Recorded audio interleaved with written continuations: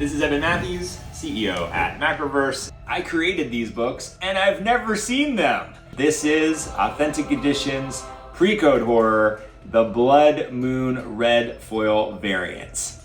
Let's get into it. So we had the idea of printing on red foil.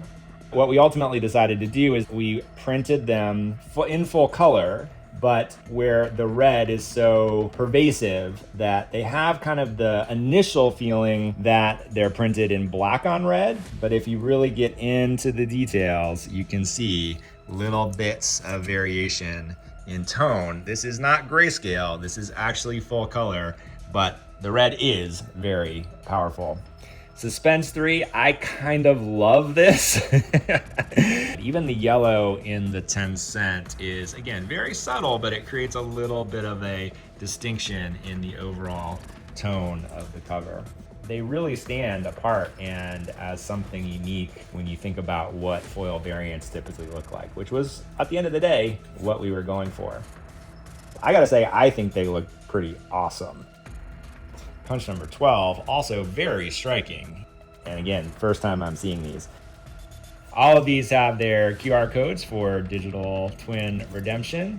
All right, let's get into Weird Mysteries 4 for a second. I will be redeeming all of my digital twins because it is actually a unique pair between the physical and the digital.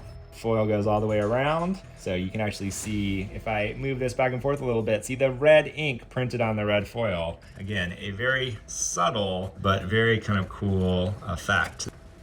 These also feel very substantial in the hand, like this is a cardstock, foil stock, so it has a different feel than the other variants that are more traditional in their cover stock. But the interiors, of course, are still printed on glorious period appropriate newsprints, all restored from our original images. So all the original ads, all the original pros, just what they would have looked like, just what they would have felt like, just what they would have smelled like when they were originally published in these glorious red foil editions.